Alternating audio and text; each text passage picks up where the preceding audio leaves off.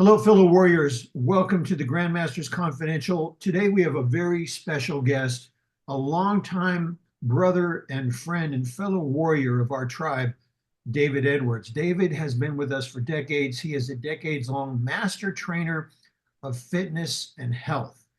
He has been in soap operas, on the cover of magazines. He's that guy that can take his shirt off and look good to the envy, basically the one that every guy wants to be and every woman wants.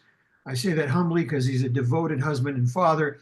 But let's face it, my own philosophy in fitness is forget the scale. Can you take your shirt off in the mirror? If you take your shirt off in the mirror and you don't like what you see, that tells you what you need to know. David has been on the cover of magazines. He's even trained a Rockefeller. I mean, this guy is amazing. I read his bio to you earlier, and we're going to jump right in because I want you to have the essential information to get fit, get strong, and stay strong. One of my famous Bolan quotes is, "You're either a bodybuilder, or the opposite is true. You're a body decayer." So really, bodybuilding isn't just a sport. It's really it's a responsibility to take care of your vessel. So, David, brother, tell us first of all, how did you get started on this journey? Because I know your interest in fitness and martial arts goes back decades. How did you get started? Well, I want to start by saying a lot of thanks to you. You really helped my career as well and keep me on track mentally and also physically as well. So I owe some of you being my mentor. I want to thank Honor. you firsthand. And thanks for having me. So I started very young. I started like the age of 12 or 13. My brother had a set. It was one of these sand-filled, sets you may have seen before. And I just dove into it. And I was attracted to the whole superhero physique. I love the aesthetics. I didn't like the big, you know, not in shape, V-tapered. I wanted to be that V-tapered superhero. Mhm. So I wanted to take Like that. Superman, right? Yeah, I mean, Yeah. literally Superman, you know, Thor, whatever you want to say. So I kind of was gravitated to that. I love to help people. They help people, and I like to be in shape. And but it gave me this confidence that was really, really internally great for me because it made me feel empowered. And that's one thing that when you start working out and you make it your daily walk of life, then you actually really will just dive in and then make it like your own. Like you say, like Bruce Lee said, right? So I took all these people's philosophies and I just made it my own. I took the gold nuggets and I found that to be so helpful. And some of that I learned from you about how to mine for gold. Right. So, So what but I David, was, not to interrupt you, brother, but what David is referring to is Bruce Lee had a statement. He said, absorb what is useful, reject what is useless, and add what is uniquely your own.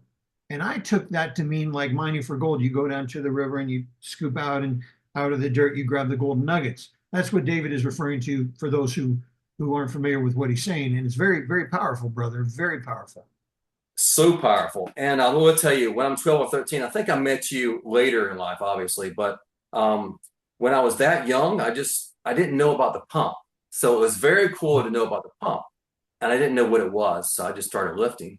And I was like, in one workout, I look great. I mean, I was like, this Mhm. just one workout, I look like this, I feel pumped up. Uh-huh. But then it went away. So I had to realize you have to build muscle over time.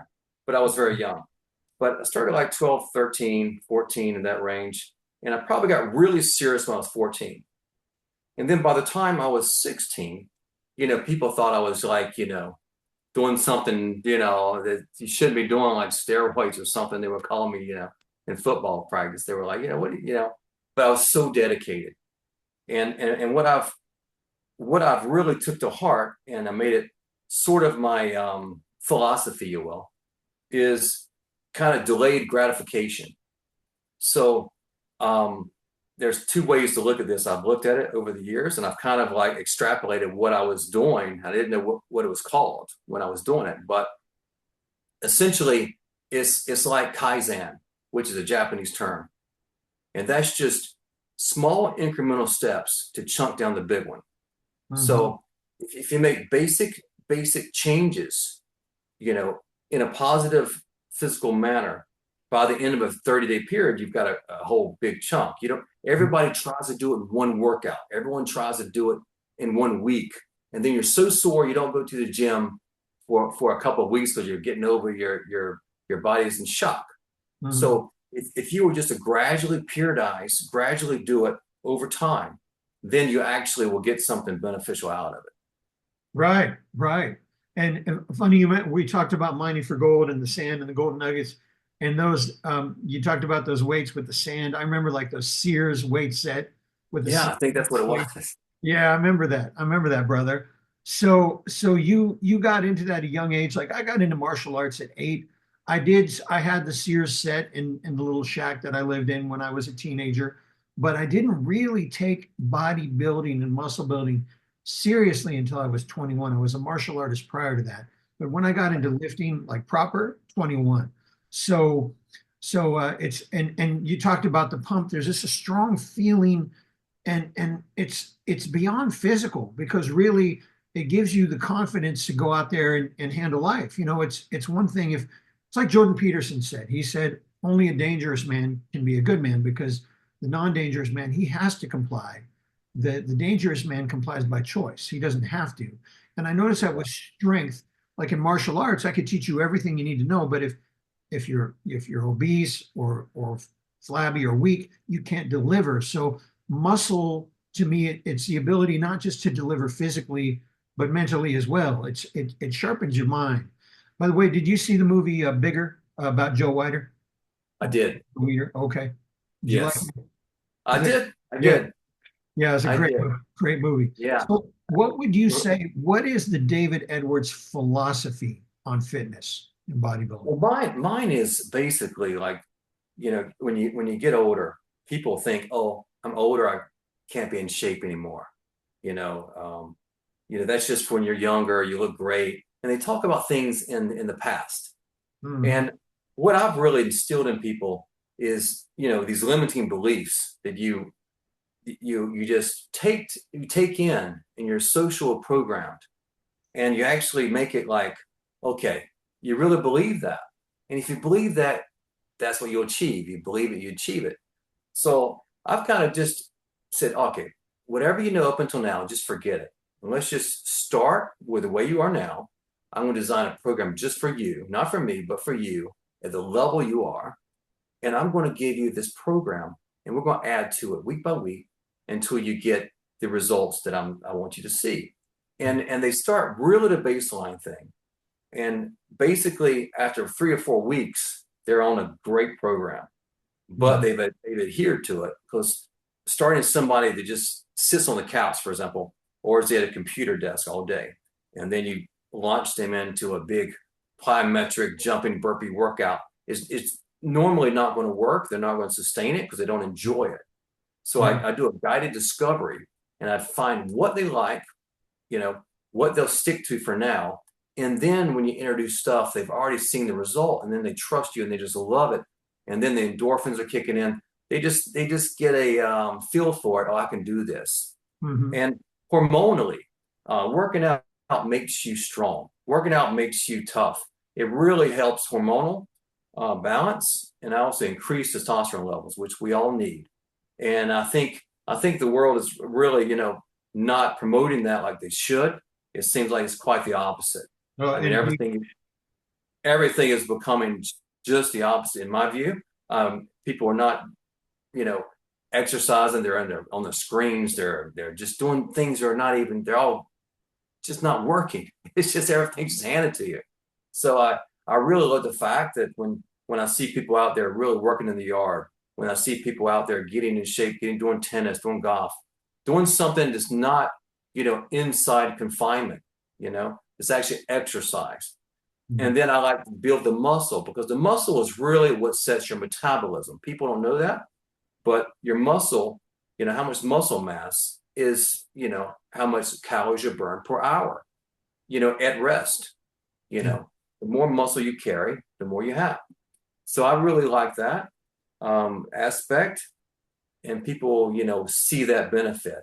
Would it stay with me? I Yeah. hope that answers your question a little bit. Well, no, you mentioned right from the beginning that people talk about, oh, you get older. And I always took issue with that.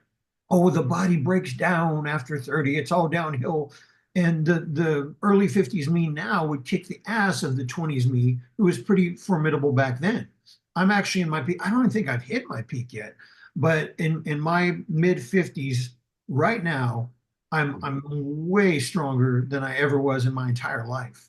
So That's those all. myths, we get programmed. I always say that human beings are programmed just like computers by programming language. We hear the term programming language for computers. People remember that. So we get programmed. Oh yeah, and we all agree, and we go along. Oh yeah, it just breaks down. It's all downhill from here. Now there's minor things I've noticed, like for example, maybe needing readers to read the side of a vitamin bottle. But most people go, and they just go along with that rather than say, whoa, wait a minute. I can Right. control this. Oh, yeah. Oh, really? Watch me go to the gym. Watch me improve even my eyesight. I'm not doing it for them, of course. I'm doing it for me because I've been given a vessel. I've been essentially given clay and I can mold it. And we have Mm. society trying to tell us how to mold it because of their experience. I'm going, wait a minute. We can do so much better. I'm of the That's all. person I'm of the personal belief actually that we should live to 120. I really believe that, and I've had that validated by different sources, and that would mean that 60 would be middle age, not old age. Mm. 80 would be the elder stage. And so when we look at people too, like Stallone, for example, and, Yeah. and right away people fall back on cliche and rhetoric. Oh, that's steroids. Oh, that's this and that. Well, Right. actually, no, I'm natural. I know you're natural. Mm. And even if Stallone isn't, you don't just sit there and take steroids and eat bonbons and watch soap operas. Right. You have to put in the work. And if you put in the work, you get the result. I always say that when you go to the gym, it's like putting money in the bank. There's never not a return. There's no such thing as a But crappy workout. if you don't mind me interjecting, one thing you just said stood out to me, Yeah. and it was 120. You live to 120. Mhm. Um, I think that's great because that reprograms your mind to like shoot for the moon, and maybe you'll only get to the stars, but that you might make. It to 100, you know. Mhm. But if you have it in your subconscious, if you have, oh, you can only live to 80, 85. I mean, that's what you'll manifest probably. Correct. So the Absolutely. whole thing about you saying, 120 is great because you're shooting for the moon, but maybe just get to the stars. But that's more than other people, right? And Absolutely. it's kind of like I'll go as far as I can see. When I get there, I'll see further. So You said, you know, perfectly said. Yeah. yeah, Perfectly right. said. So I just don't take on that programming. That's one thing you mentioned at the beginning. I think it's very important to realize we can change. You see out there, you'll see pictures before and after, or you'll see these memes where you have a 74-year-old lady who's, slumped and on a cane, and then you have another one who's in a bodybuilding competition and they're lean and fit. And those are both choices. People don't realize they've chosen by default or design. We can choose by design to build our bodies. So, Mhm. so that philosophy is great, brother. And let me ask you this: when I was talking to you earlier, did you say before that all diets and exercise programs work? Because one thing, I don't know if you remember back in the 90s, Susan Powter, and she was saying you are what you eat. And so if you eat fat, you're going to get fat. I disagree with that. I know for Mhm. me, and I don't know if you were at the seminar in Dallas back in 2007. I said food pyramid is a scam, and Yeah, turn it upside down. You Yeah, said, Jordan Peterson, the YouTube videos, and he probably doesn't even know who I am, but he's out there saying food pyramid is a scam because after a while your intuition says something's wrong here. And there was a surgeon in the front row of that seminar. He said, yeah, if you eat wheat or bread or spaghetti, the body converts it to simple sugar. But you were saying all diets and nutrition programs work. What did you mean by that? well, I said that kind of a shocker or dutter. I kind of like wanted it to stand out because so many people do things on automatic pilot that they're not paying attention to anything that they're actually doing. So they're eating on automation. They're just eating this, eating that. There's no plan. So it's the one time in reality they actually pay attention to what they're doing. So when I said that, I was saying it's the first time you have a plan. Because you ask someone what they ate yesterday, they can't answer the question. Right. So with that in mind, I was just saying it's actually physically looking at your body and having a blueprint. Maybe it's not the correct blueprint, but it's still a start. So I Right. said that kind of just waking people up to the fact that, oh, what are we having tonight? We're having, this, that, they don't really have a plan. And when you don't plan, you plan to fail. So with that in mind, I was just saying that and the fact that, okay, start a food journal. Actually really see what you're putting in your mouth for a week. Go back and reflect and then see, where you're making mistakes. And people don't even realize snacks here and there are cumulative. And at the end of the week, you've exceeded, 3,500 calories, or, whatever, to gain another pound, of fat. And it creeps up on you. And if people actually have a plan, and they can have a cheat day, they could do that, but you have to actually put in some work with the nutrition. Nutrition is so important. And look at nutrition is like it affects all hormonal responses in your body too.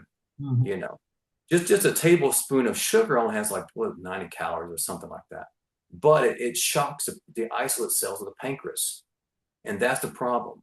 You have that whole spike. It's not so much the calories; it's actually this hormonal, reaction. Almost This like taking a impact drug, almost. It messes with your whole system.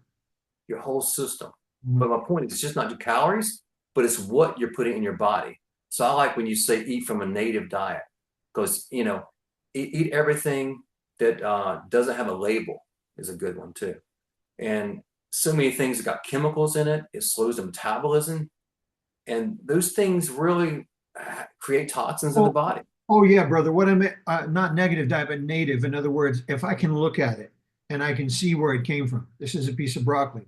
This is a chicken breast. I know where Yeah, those native diet. That's it. diet. Yeah. So, but if I grab a box of pasta or a box of cereal, there's 1,000 ingredients. I have no idea where it came from. If you can't recognize the one ingredient where it came from, the source of the food, Right, the don't, native diet. yeah, Yes, yeah, brother. yes. Yeah. Yeah, and that's so true, and that's how people used to have to eat. I mean, you had no choice back in the days, right? Right, right, because there were no corporations making these foods for Now profit. mass marketing and Yeah, all this kind of a thing is really hurting our health more than people know. right. And now there's more gyms than ever, but this people are fatter than they used to be years ago. Mhm. Um, Kind of what you may have said one time, I think. Um, the wheat from a long time ago is not what we have today. It's not your grandmom's wheat. It's Right, it's it's a different processing, right, and that's so true. Um, Things today are just mass marketed, honestly. right. Well, the purpose of a corporation is to make money, not for your health. Correct. And so there's not a lot of profit in a perishable food because if it perishes before someone buys it, we have to throw it away. So if I can make cereal and box items that can last weeks or months before someone buys it, then I'm in profit. That's really it. So sometimes people say don't shop the aisles, shop the edges of the grocery. Peripheral, the peripheral. Yeah, Correct. yeah, Yes. yeah. It's interesting too because you mentioned that any diet can work, and having a plan is better because look at if you don't if you fail to plan, you plan to fail. When, yeah, But right. it's interesting. I had a video that I did years ago, and I said, look, that whole thing about you're going to kick the knife out of their hand is a bunch of bull. And we turned on the video, and the guy's name was Jay. He had a rubber knife, and I kicked the knife out of his hand. It goes flying. I said, oh, scratch that. Yeah. So so it's very much it's an intuitive thing, but we have to listen to the body. And so often we're on automatic and we're trained to consume certain foods. We all go and sit at a restaurant. Would you like some bread? Would you like an appetizer? Would you like a drink? Now, bread, Mhm. appetizer, and a drink, whether that's juice or an alcoholic drink or a soda, you're probably doing Right.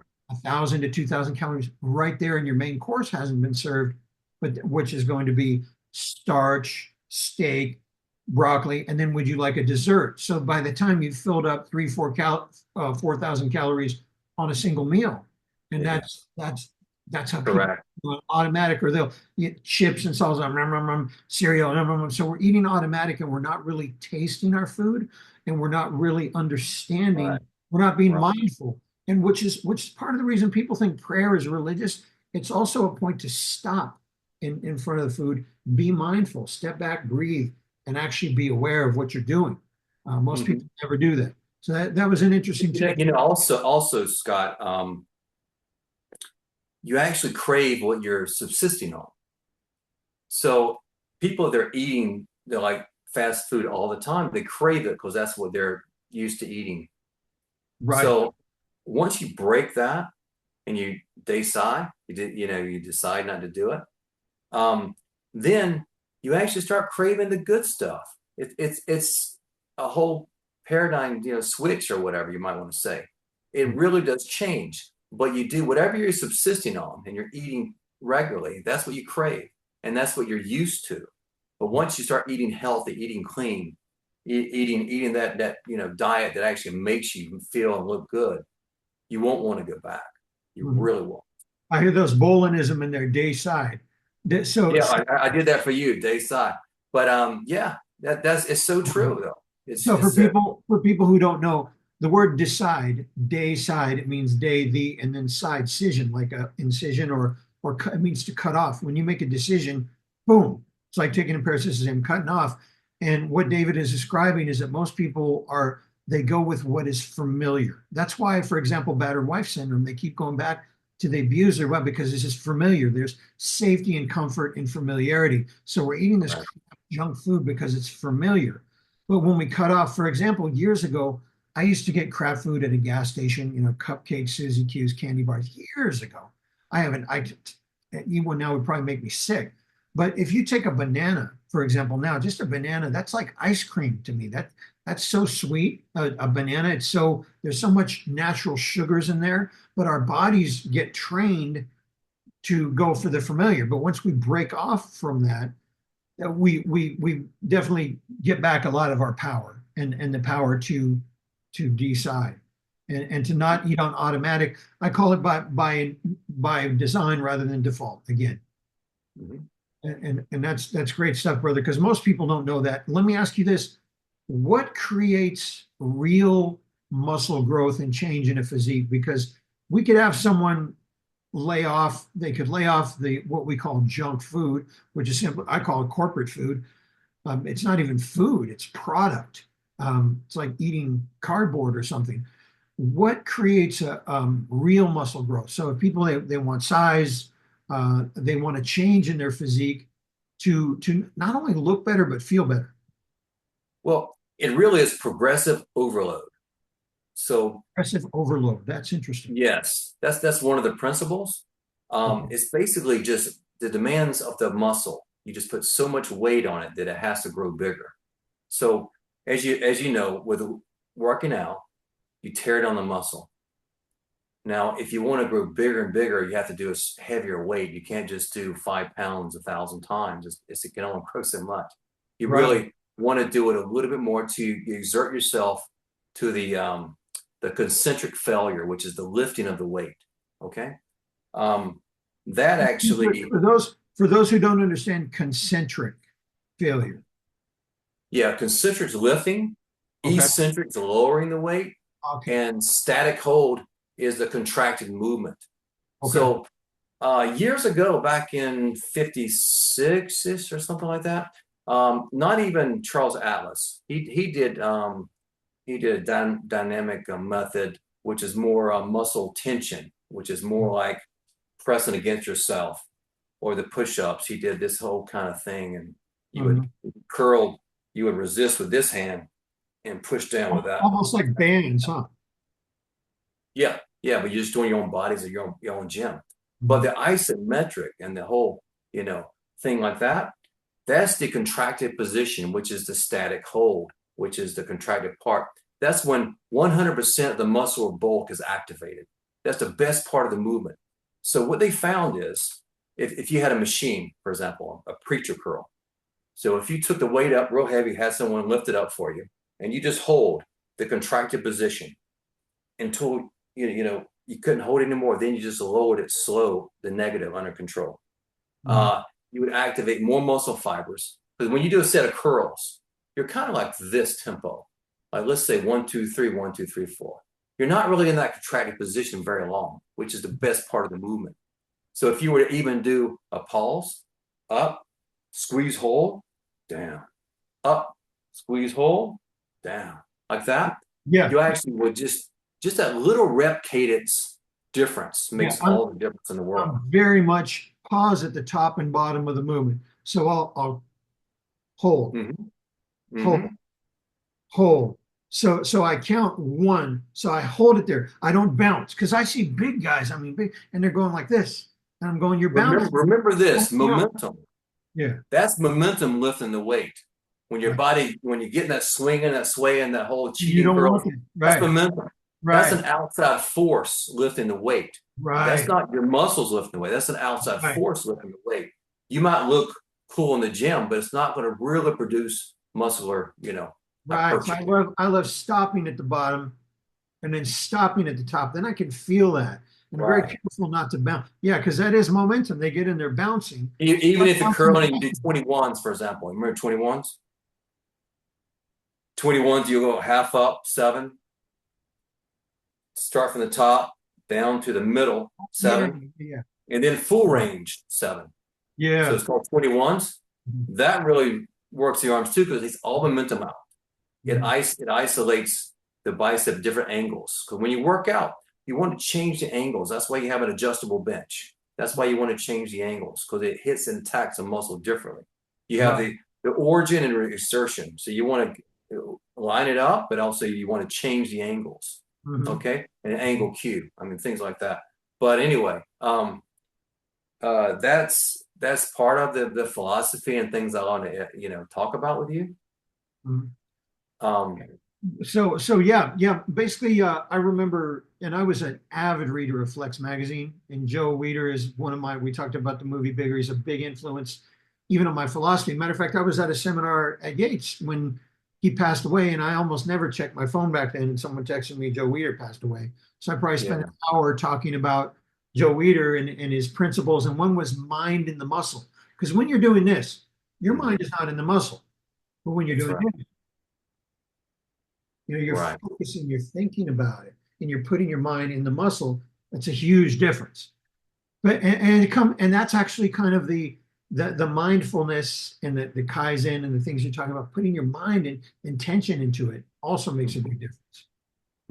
I actually got my first certification under Dr. Fred Hackfield, and he was actually Joe Weider's I don't know, senior publisher or editor or something like that at the time. But he actually was coined the name Dr. Squat, and he squatted 1,014 pounds at age 45, and he weighed 255. But see, at 45 years old, he broke all these world records. So we were talking about age and everything. At 45, he broke all these world records squatting 1,014, and you can see it on YouTube, by the way. Okay. But he taught me a lot of things that that I know today, and that was my first training certification with the International Sports Science Association. Nice, nice. That's awesome. That's awesome, brother. And Yeah, so, what are some common misconceptions? You spoke earlier when you started, how people would say, "Oh, I got that. When I started, when I was a teenager, my dad, my brother, oh, if you get big muscles, it'll constrict your blood flow." Actually, opposite is true.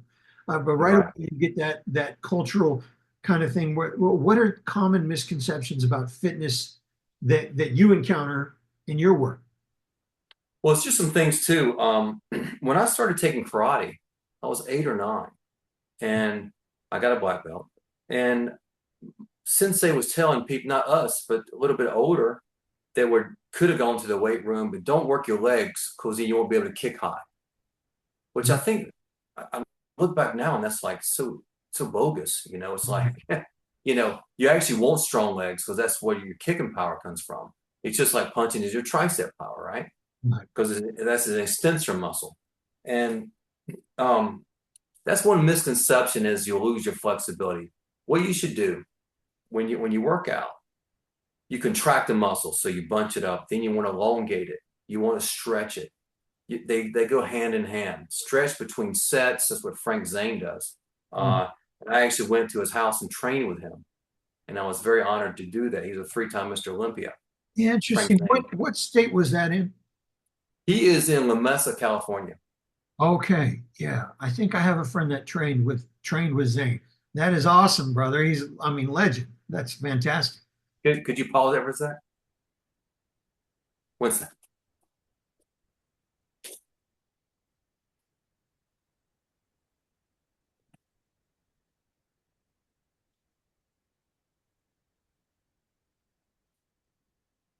Okay. All right, hold on. We're gonna put it in your lap. Okay. Hold it down, David. So what Okay. I do this. So when the video editors, which is usually one of my team who you don't know, you only Okay. know Steve and Tom. So I put my hands up this. So when they go through and they see this, they go, "Oh, catch it." So okay. Okay. So where should I lead into this? Tell me. Oh, here. Well, I'll just tell you what this is, first of all. This is just Frank Zane wrote a letter to me about Oh, meeting with him. And he recommends me, like if I went to a gym or if I'm getting a client, he bro, save recommends. that. Save that. Because you're gonna That's Frank introduce this. Zane. Hold it down. I'm gonna say, all I right. also I train with, I'll just tell you real quick. I train with Dr. Franco Colombo. Oh And man, then well, I hold on. train. No, we're gonna save this. This is interview time because that's great stuff. Okay. So hold on. And No, this is, don't hold it up okay. yet. Don't hold up yet. I'm Well, gonna. I just want to see if you want to use it. This is Oh yeah, yeah. I do. this is the master trainer certification from ISSA. This is the highest level of education. All right. Okay. And Okay. So hold on. I'm gonna introduce this stuff. We'll just pick up where okay, we left off. Okay. got it, Right. got you. I didn't know if you wanted to see Oh yeah. the letter from Frank. Right. That was cool. I'm proud of it, but Oh it hell might yeah. not mean something to your guys, you know. Oh yeah. Okay. So training with Zane, I have a statement. I don't know where I got it. We train insane, so we don't remain the same. You have to mix I things up. like that. You have to do something differently, and it's Right. insane to other people, but it's the only way. If you don't do something different, you won't grow. So you train with Frank Zane. You also Yeah. got certification in the ISSA. Tell me about training with Zane. What happened there? Well, you'd actually literally go to his back of his house, and Hmm. you're looking over the mountain at like La Mesa, which is the temperature. I guess it's right beside San Diego. I never went there before, but it's beautiful. And he is just a legend. He had Yeah. that aesthetic physique, the one I was talking about earlier, being the superhero thing. Yeah, so I gravitated to people like him. And I mean, me, I've always been natural. That's one thing I want people to realize if you start a workout program, if you could grab a magazine from a bodybuilder's thing, you know, the majority of them can recuperate super fast. They can work out 6 days a week, do everything 2 to 3 times a week, and make tremendous progress. So if you're just starting out, you know, you might want to just do everything once a week, maybe twice a week, and then after you do it a few months, Mhm. and see how you recuperate. The body has a very limited adaptive capacity and recovery ability. So you really have to make sure your recovery ability, everyone is different anatomically and physiologically, we're all essentially the same. However, you may recover different than me. And we, you know, we work out the same routine, but you have to really listen to your body. Don't go in too sore. You'll hurt yourself. Let yourself fully recover because that's when you're making the results. People have the misconception, okay, if I go in there and hit it again, even though I'm super sore, I'll make more and more progress. I mean, you're actually hindering your progress. So let yourself fully recuperate, periodize your workouts. That really means periodize, meaning like when am I going to train this muscle again? Which workout routine am I doing this time? So it's like a mesocycle.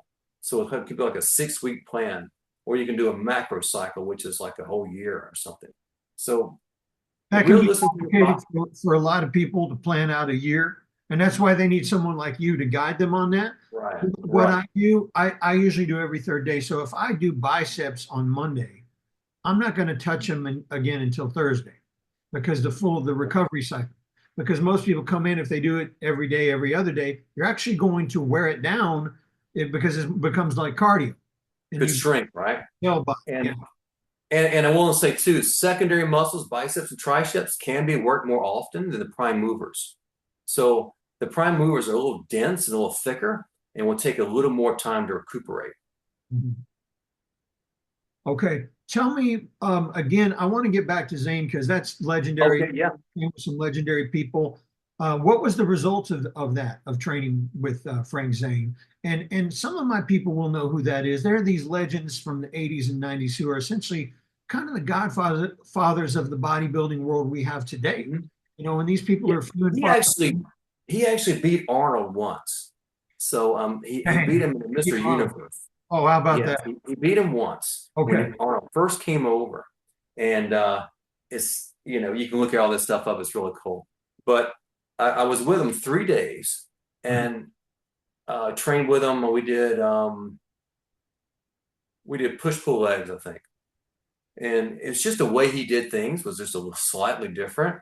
And Mhm. he used the dumbbells and the supination with the turning of the dumbbells and the way he did the rep, how he lowered it. It's really deep. And he had me do honestly more dumbbells than barbell and machines. So he wanted to do like he really believes in training independently, which is what I teach my people. Because Right. if you have a bar, you can kind of heave things up and you can airplane it and you can get it up there, And right? you favor But your with a dumbbell, it's either going to go or not going to go. Because right. Yeah. right. So, and just the way he was really into things you were into, and I love too, is meditation. He does tons of meditation, and he did this whole visualization thing back in the days, the body he wanted, and literally it's all in his books and everything. He's really a brilliant guy, and I learned a lot from him, and I'm so happy I went. I went back in 2007 is when I went, and it was just a great experience. And from there, I went to Steve Reeves' ranch, which was his idol. So Mm, his idol was Steve Reeves, and okay. he was the first Hercules, Right. Steve Reeves. That guy had a 28-inch waist and had the V taper like no other, Oh and he yeah. was totally natural. Mhm. Um, Great. And do you want to see the plaque? Oh, hey, yeah. This is what Frank gave me after I went to his 3 day, he calls it the Zane experience. Okay. And you can see he used to call himself the most educated bodybuilder because he had a master's degree. And Okay. Uh, yeah, and they used to call him the chemist because okay. So he was that kind of that's a like, letter of recommendation, and this is no joke, by the way. I mean, not anyone can go if you showed up at Zane's place all out of shape. He's not gonna. He's taking on trainers like you, guys who are already in the game and built and want to take it to the next level. right, he's really into it and he didn't want to mess around. And he's not, doesn't have time to babysit, you might say. He Right. really wants you to, go for it and listen to him and just do what he says, essentially. Mhm. Mhm. Um, That's but awesome, yeah, brother. learned a lot from that. That is fantastic. And so then you went to the Steve Reeves Ranch, which, I mean, That was really cool. Yeah. George Helmer is the president of the Steve Reeves International, mhm. and literally met him. And he has a lot of, he used to own a gym himself. Yeah, he's retired now. But yeah, it was just neat seeing everything that from people that I really love as well. Mhm. I mean, Steve's amazing. You That's know, outstanding. That's outstanding. yeah, Yeah. he actually got beat by John Grimmick. I don't know if you ever heard of his name once, but then he was Mr. World, Mr. America, and Mr. Universe. He got all three titles. Dang, dang, that's fantastic, man. That's awesome.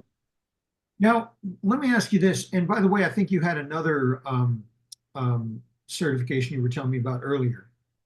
The Yes, I got from two camps. I went to the National Academy of Sports Medicine, uh, and I got theirs. I got three from them, maybe four, and then I got the highest level from the International Sports Science Association, which is okay, actually one yeah, of the first to ever to do fitness certifications.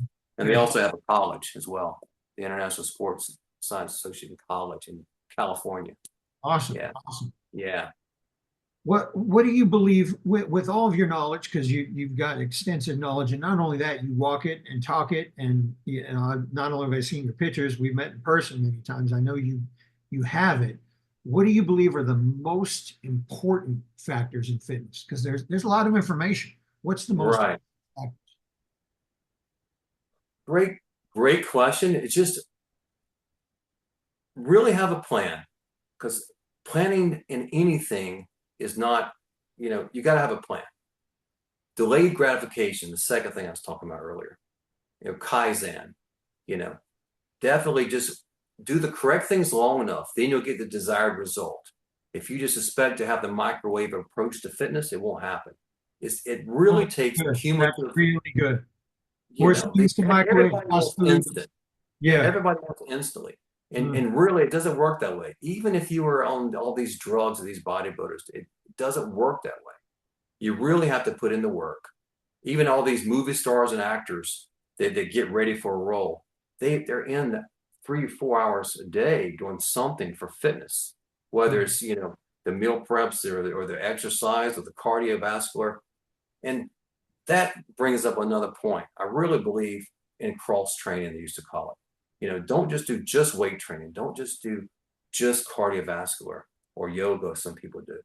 Incorporate everything, because cross training, your muscles work differently. There's one thing I learned from Dr. Fred Hackfield was you have essentially red fiber and white fiber muscle types. So red fiber will be your endurance fiber. That's Mm. your type 1 fiber. And type 2 is your white fiber, which is your strength. So with that in mind, some people are just more predominantly cheetahs or gazelles. So a cheetah is that sprinter that can go super fast, super strong, have a great build, ripped. And the marathon runner is the one that can go super long. He's the gazelle. Mhm. Okay. And some people are predominantly, for me, knowing that, you can just literally see how someone picks up a weight. Well, are they predominantly white fiber or white fiber, red fiber? Mhm. Just the way they can pick up how heavy a weight is.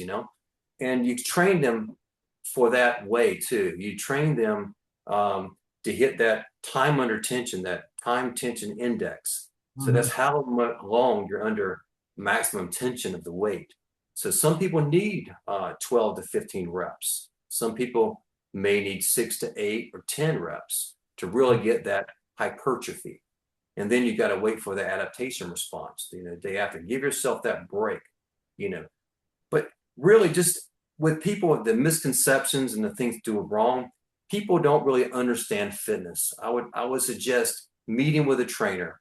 Really dive in like we're doing, me and you. Ask questions that we're not covering here that you might want to know.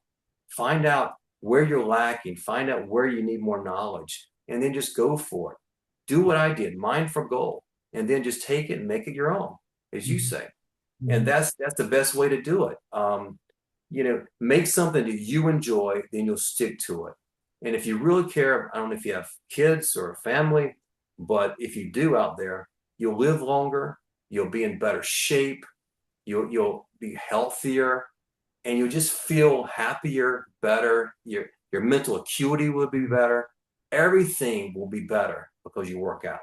Your endorphins, you'll just be happier. It changed so many lives. When I see people I transform, when I see people I got in shape, and some of them's on my website, um, they really, like, the whole life changes. It's not just like, oh, you can fit better in clothes. No, they're happier, they work harder, they have more energy, they just feel better in every aspect of life. It affects everything. That's why I always say there's never a bad workout. It's like getting a return. If I make an investment of $1,000 and I get 100% return, $2,000, great. But if I only made $100, a 10% return, I still profited. You always profit from stepping into a gym. I always say I've never regretted a workout, but I've regretted skipping workouts. And we get in habit and we skip them. And we skipped them. Well, I'm busy, I'm tired, I got to go here, I got to go there. And the next thing you know, 2 months have gone by. So And I want to send accolades to the people watching, because you've invested in yourself. Just like when you work out, it's investing in yourself. So just think of it like that. This is something you can do for yourself, only for you, and you're doing it just for you. not for your boss, not for your family, not for your cousin. You're doing it for yourself. So just like watching your courses, you're educating yourself. With working out, you're educating your body. Absolutely. You're investing in yourself, which always gives a return. Investing in your mind sword and your body sword. The body's a weapon, the mind is a weapon. Hey, David, what are some tips that you can give? I mean, we have people from all walks of life. Some are like you and I are fit, some aren't. What would you give tips for people to start living a healthy lifestyle? Because I have people, as you've seen at the seminars, some people aren't so healthy, some are. What are some tips for those who need to start living a healthy lifestyle? First and foremost, I would clean up your diet because normally that's the quickest thing you can do is just, okay, is this healthy or not? Okay. And then make better bad choices. Don't Better just, bad choices. yes. So if you want some ice cream, get, portion control or get some sweet fruit and make some kind of a concoction that's good, that's healthier Yeah, alternative. a little sorbet, a Something little substitute instead of trying to go cold turkey, a little substitute of something that's actually healthy. right, right. And reward yourself that way. But I would suggest don't reward yourself with food because that's kind of I reward yourself non-food because I feel like that's a better reward. I don't want people to get in the habit, okay, I can eat that candy bar if I do this and that. I want people to kind of like have a cheat day, but don't still think of that as being the I want you to slowly get away from some of that stuff.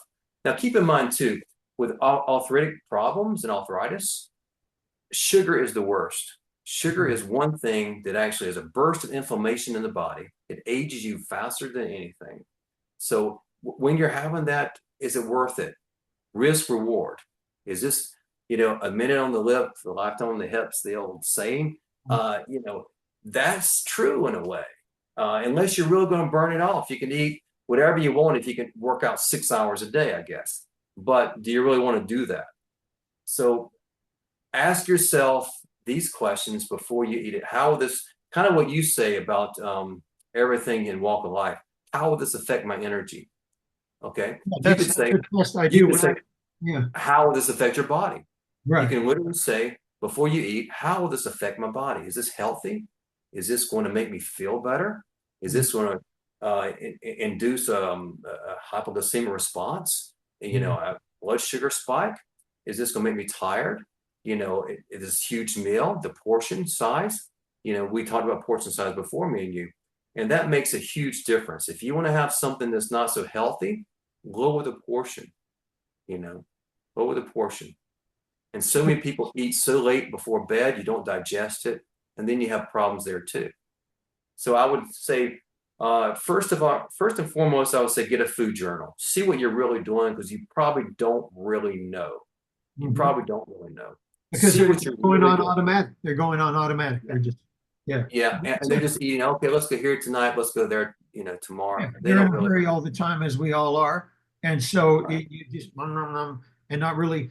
I noticed the first thing you said when I asked the question, "What are some tips to start living a healthy lifestyle?" and you immediately talked about intake or diet. In other words, what are you eating?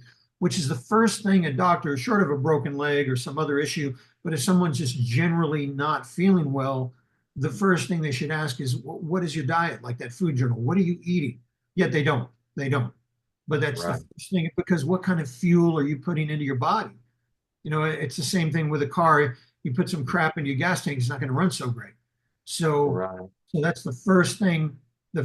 Your first response is beautiful because most people don't take that into account. I think a food journal is excellent. When I And started, so many people eat inflammatory foods, and your yeah, body is having that response. And you can gain weight from being inflamed if you have a lot of inflammation in your body. what would be an inflammatory food for those that don't? Essentially, processed sugary foods come to mind. Anything that can really spike up your insulin because it's the sugar that really causes the burst of inflammation. So I would definitely, if you want to have some of that, have a lot of fiber in your diet to slow the absorption. Because what it is, the whole thing with the carbohydrates, it's on a glycemic index scale, 0 to 100, and you get 50s in the middle. So If you eat things 0 to 50, this kind of medium glycemic is slow release. It doesn't just all burst and your insulin doesn't spike. You don't have that spike. You got the fiber to slow it down. And that really helps with your physique, with your energy crashes. You'll have sustained energy. And that's really what you want. You want to have that sustained energy, not that big rush and then that crash. And honestly, that burst of insulin secretion is what causes a lot of the inflammation. Well, I talk about that. I used to say a simple carb is like if you have a fireplace and you throw some newspaper in, boom. But if you put Right. a log in like protein, that's going to burn for a long time, even. And Great so analogy. That's yeah, good. yeah. So that's and most people do. They eat inflammatory. I used to get mocked like I would go with, say through In-N-Out and I'd say, give me a protein style lettuce wrap, no ketchup, no sugar, right? And I remember my Mhm. brother, I'd be like, you know what? You get your look at my body and look at yours. I'll take off my shirt, you take off your. I think I know what I'm doing. So it really isn't. And there are little adjustments people can make Sure. throughout their day because even when you're traveling, which sometimes is difficult to eat healthy. I remember taking off at an airport. And I went up. It was a Burger King, and I just said, "Can you just give me 3 eggs? That's it. 3 eggs is all I want." It wasn't on the menu. There wasn't 3 eggs on the menu, but they're like, "Okay, yeah, $8." I'm like, "Okay." So you don't have to order what's on the menu. You can be specific and just say what you want, and they'll accommodate you. It's great. Yeah, yeah. So let me ask you this: when you have a client, how would you customize? Because people are different. For example, I can't eat peanuts. They make my stomach hard. I bloat up. So other people I know they can eat them and go for a jog. How do you Mhm. customize a fitness and nutrition program for each client? So I do an assessment and I get all their stats and everything, and I do a guided discovery with a workout. And then I really assess like where they are. They could be an athletic person, they could be a sedentary person. It really Mhm. makes a huge difference. Are they knowledgeable of exercise, form and function? We really have to go over that. I mean, if you're doing the wrong exercise wrong, it doesn't matter if you're doing the exercise. You may hurt yourself or you won't get the result. Right. So there's a whole educational process in the beginning and then learning your body. A lot of people don't know, okay, I got more if we're doing functional fitness, if they like sports. So they don't know that I'm got better stability on my left than my right, but I'm right-handed.